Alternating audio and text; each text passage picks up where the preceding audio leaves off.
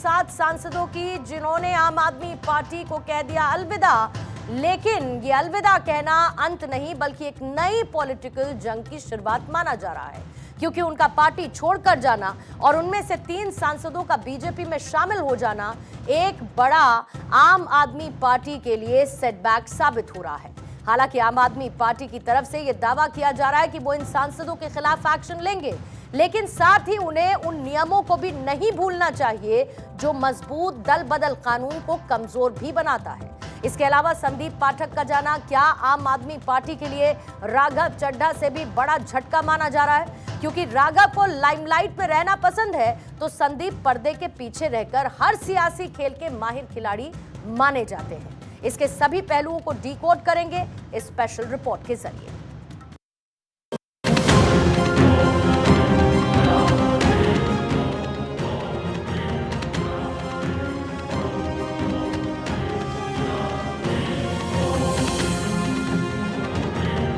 राज्यसभा सांसद राघव चड्ढा समेत 7 सांसदों का आम आदमी पार्टी को अलविदा कहकर बड़ा झटका देना आपको खल गया।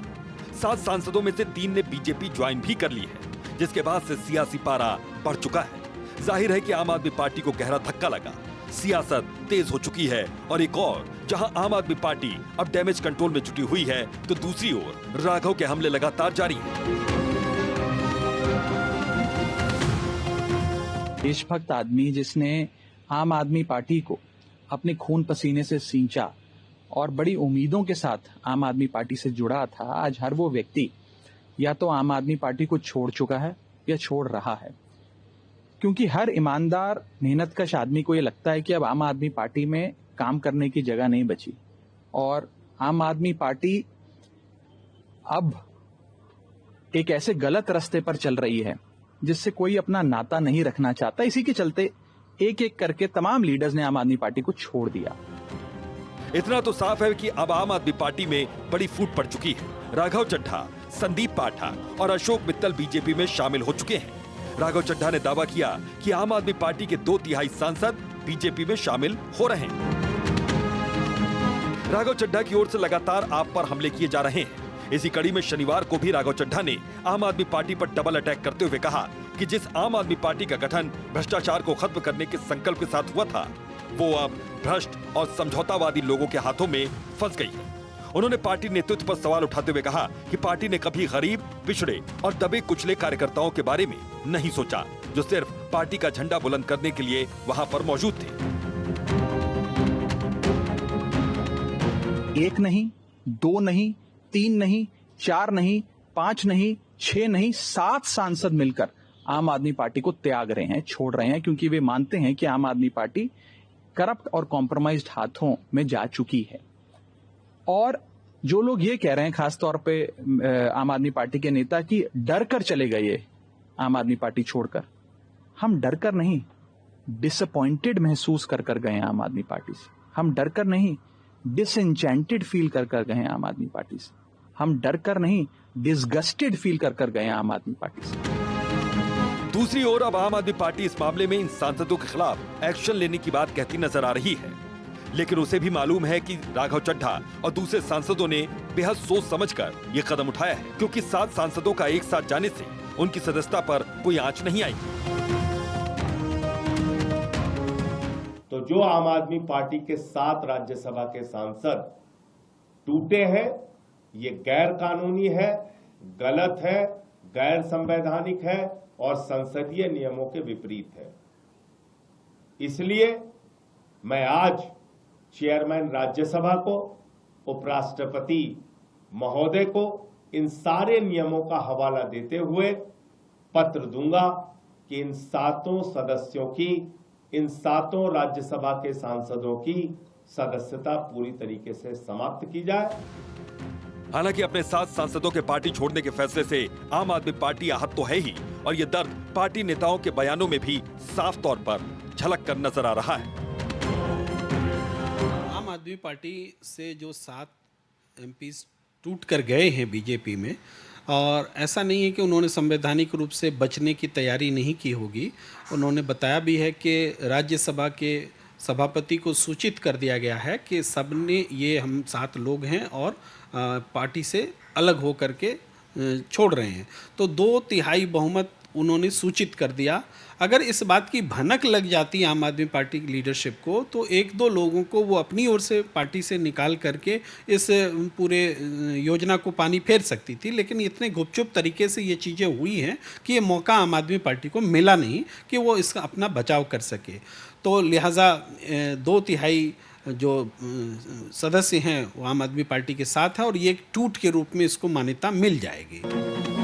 राघव चड्ढा के साथ साथ संदीप पाठक और अशोक मित्तल भी बीजेपी में शामिल हुए हैं। इनमें से संदीप पाठक को आम आदमी पार्टी का चाणक्य माना जाता था, क्योंकि उनकी ओर से निभाई गई संगठनात्मक भूमिका और चुनाव प्रबंधन की विशेष रणनीति ने उन्हें अरविंद केजरीवाल का बेहद खासम खास बना दिया था।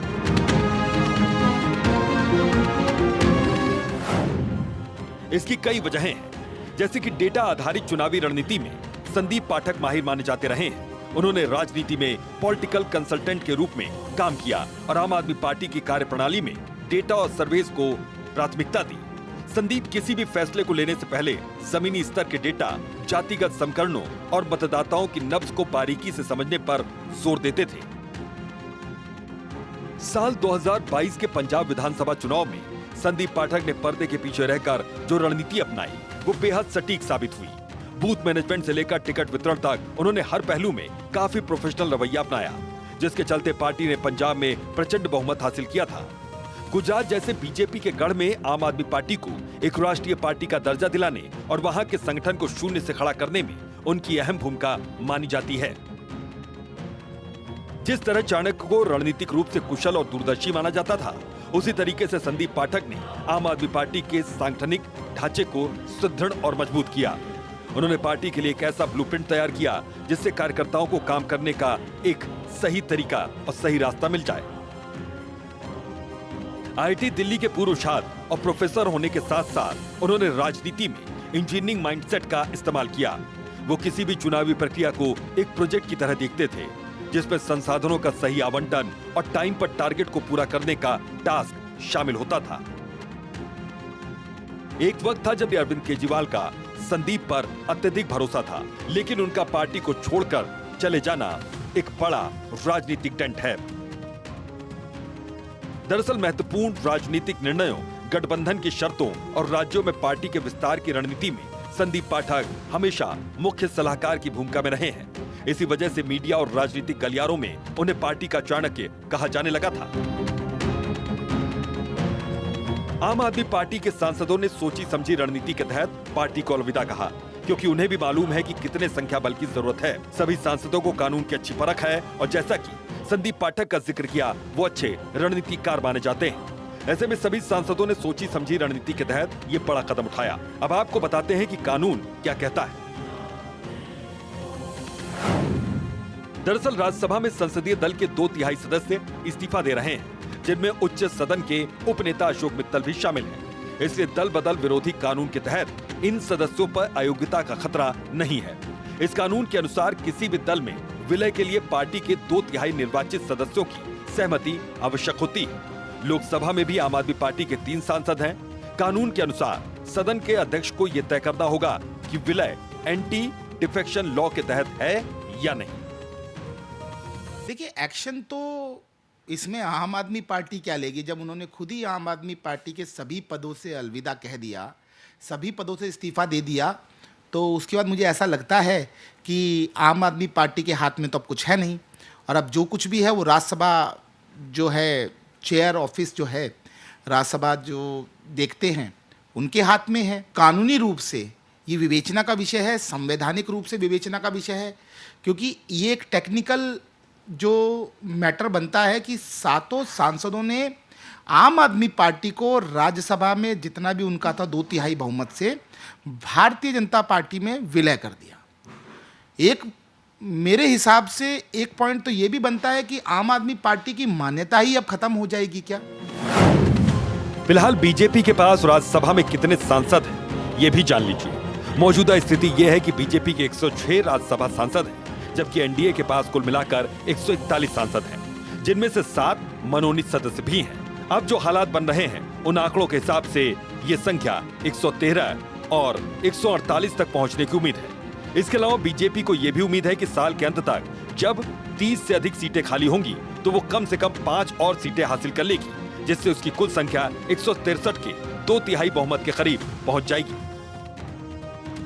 फिलहाल सियासी संकट के इस खेल में राघव चड्ढा एंड कंपनी ने आम आदमी पार्टी का गणित बिगाड़ दिया है, लेकिन ये पहली बार नहीं हुआ जब पार्टी का साथ किसी दिग्गजों ने छोड़ा हो।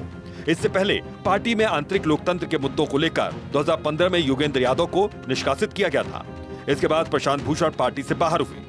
शाजिया इल्मी ने भी आंतरिक मतभेदों के कारण इस्तीफा दे दिया। कुमार विश्वास जो कि मुख्य वक्ता थे, उन्होंने भी पार्टी को अलविदा कह दिया। कपिल मिश्रा और कैलाश गहलोत जैसे नामों ने भी पार्टी छोड़ दी और अब राघव चड्ढा समेत 7 सांसदों ने पार्टी को बड़ा झटका दिया है।